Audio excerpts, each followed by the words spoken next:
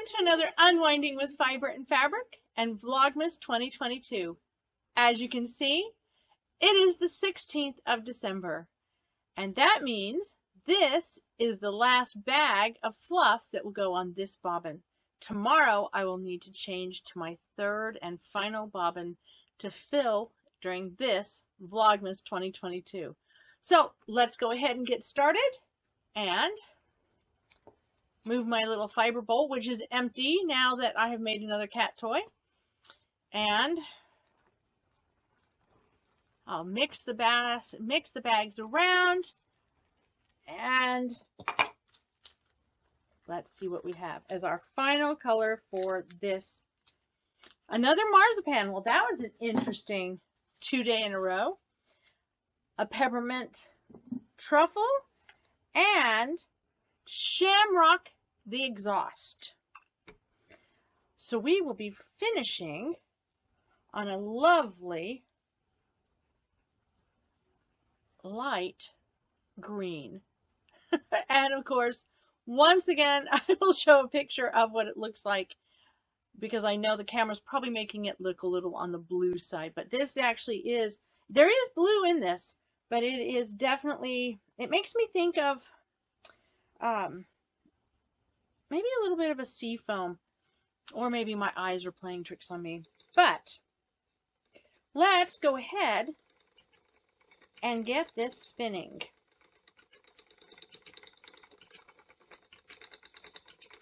Ah, there we go. Yes. So, after all of the dark color that we've had on this, in this second bobbin of the countdown, it is nice to end on a lighter color.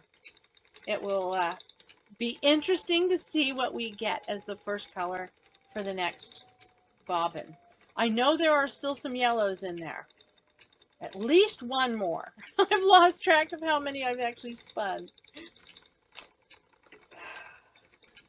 So, after I recorded my video and uploaded it yesterday, the weather continued to be on the dreary side. And I decided to tidy up, clean up my crafting areas, and finally finish decorating the front room. I still need to do a good tidy before Christmas, but I have all of the decorations that I plan to have out for this Christmas out and about. It has been a little on the unusual side because of the kittens, and because my son visited, and just the different pace that's been set this year.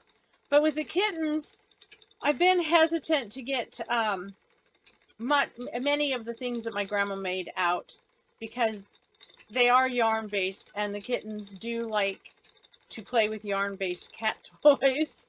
So I've kept a lot of that, other than the little tiny Christmas tree, the crocheted Christmas tree behind me.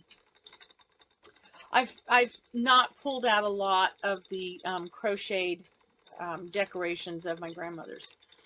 I have just outside of camera view in this archway next to me, I crocheted.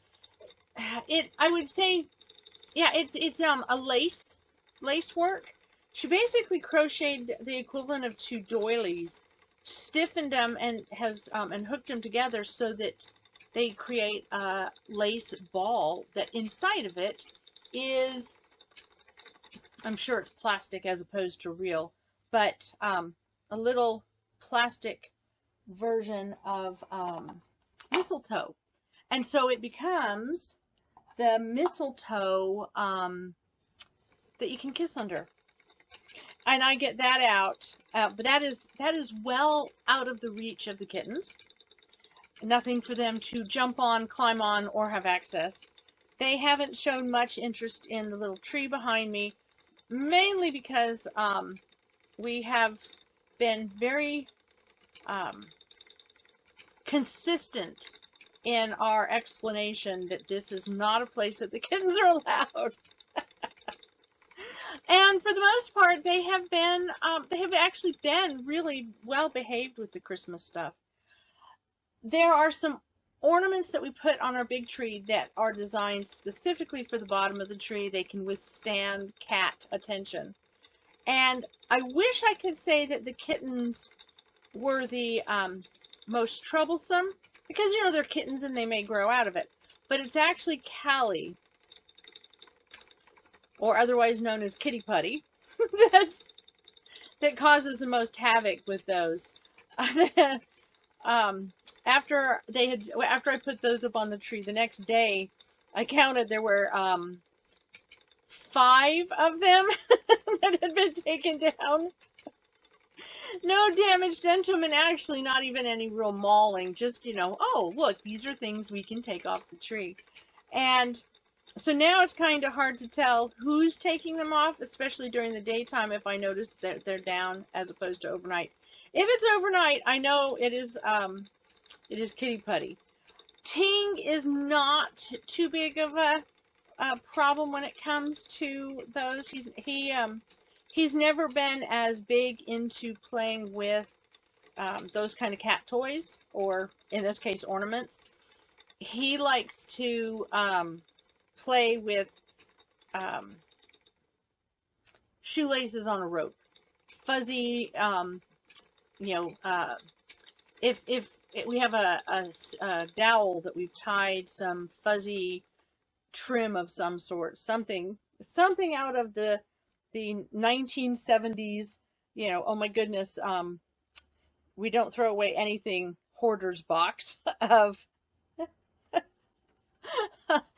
crafting fabrics and stuff. It's some sort of trim that was supposed to probably go on curtains or tablecloths, who knows. But that's it. That stick with those fluffy tails, those are his. That's his. And he is so funny because he will drag it around the house, telling everyone to leave him alone with it, but then bring it to you like, okay, now play with me with it. He is such a funny cat when it comes to that. That's his favorite type of toy, is something that a stick with shoelaces tied to it. He just, yeah, he'll play for quite some time with that. But the kittens definitely like their mouse toys.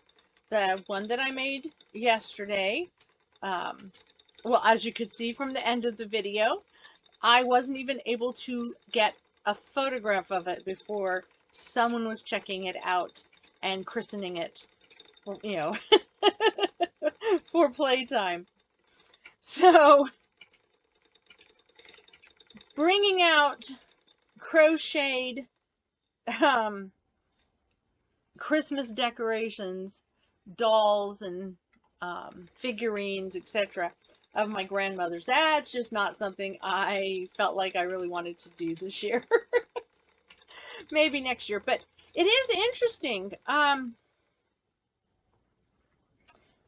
Pause and get some of that debris off of there. Here. It is interesting to see how each year different, or you know, there's some things that come out each year and they go exactly in the same spot. In fact, I have some giant Christmas stockings that have some machine embroidery on them. They were from, somebody had given me some remnants of upholstery fabric, and I put some machine embroidery on them. They look elegant. They're huge.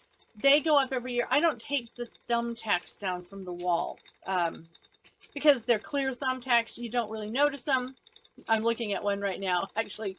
And so they border either side of the fireplace, and they go up every year. So some things are really simple. The Christmas stockings that I made for the whole family when the kids were little, those go on the mantle. You know, some things go in the same place every year.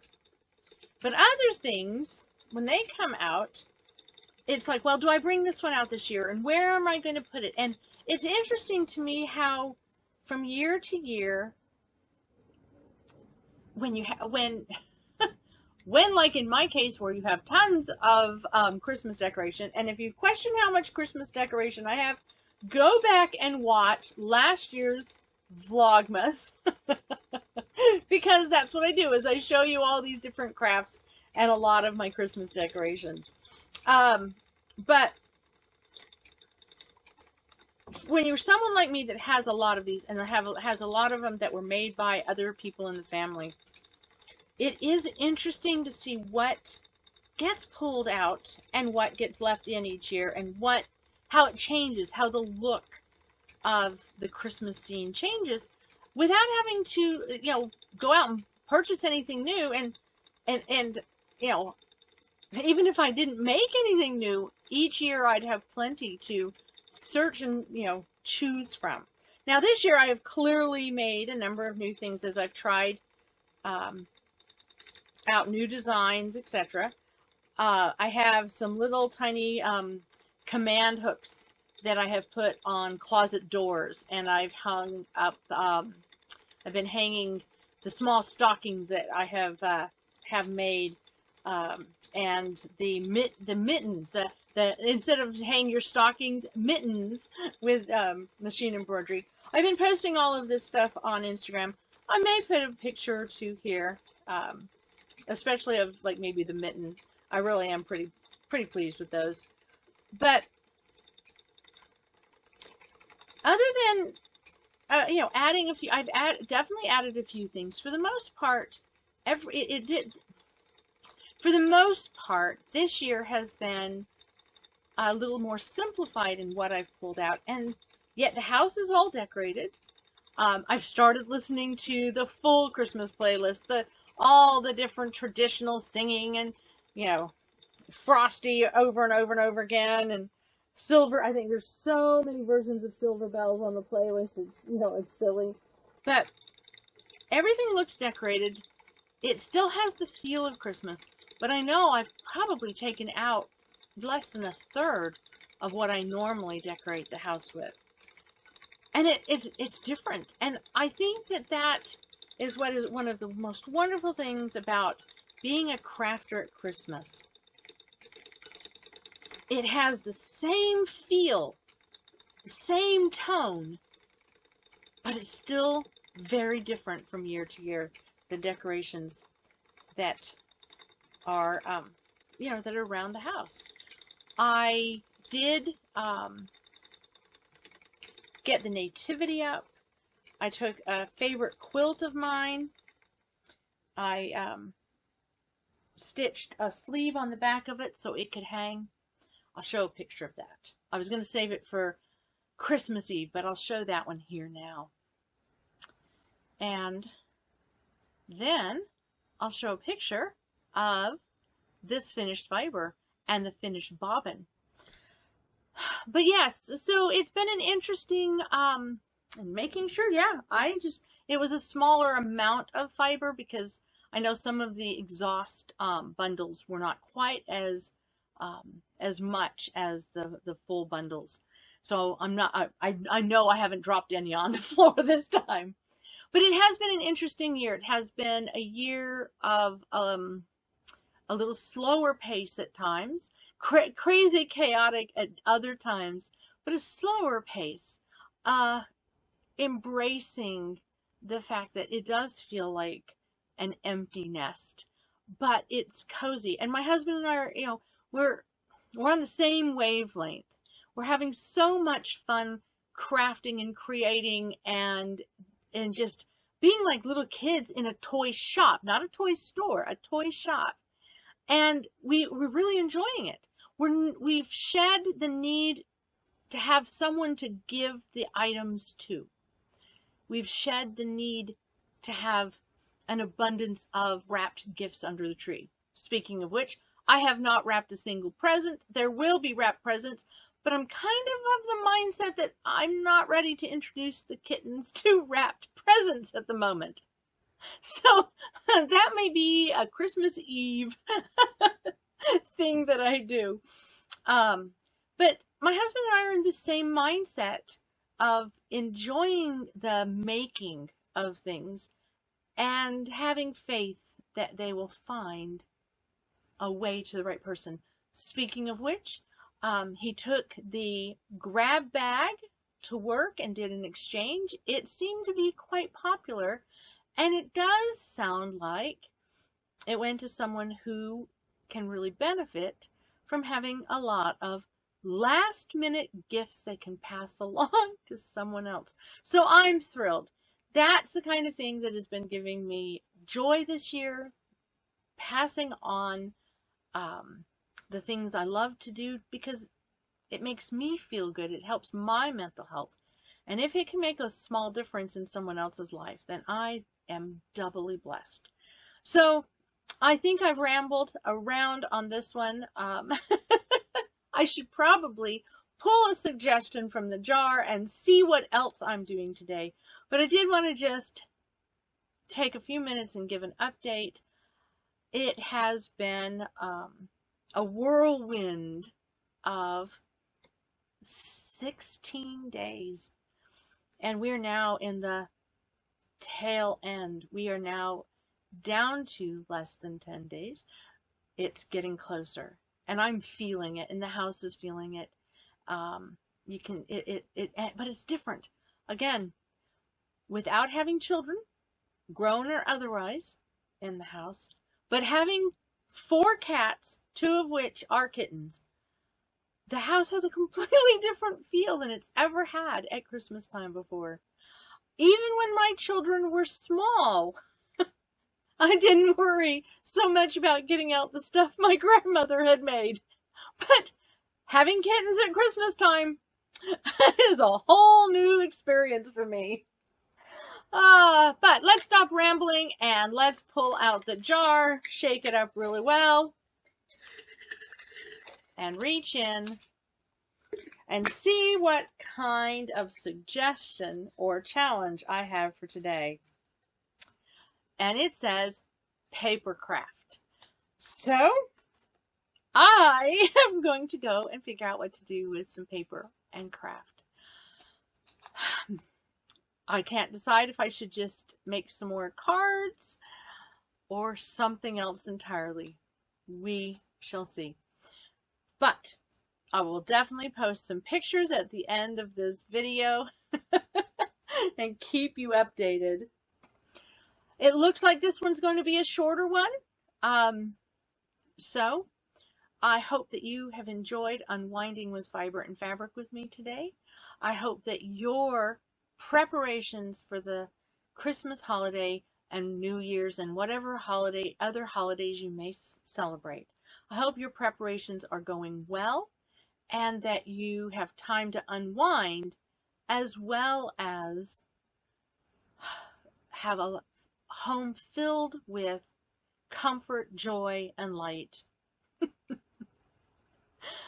And most importantly, that when all the decorations are done, you have the time to sit down, take a breath, and enjoy it. Because that's what I plan to do today, in addition to making a papercraft, is soak in my decorated house.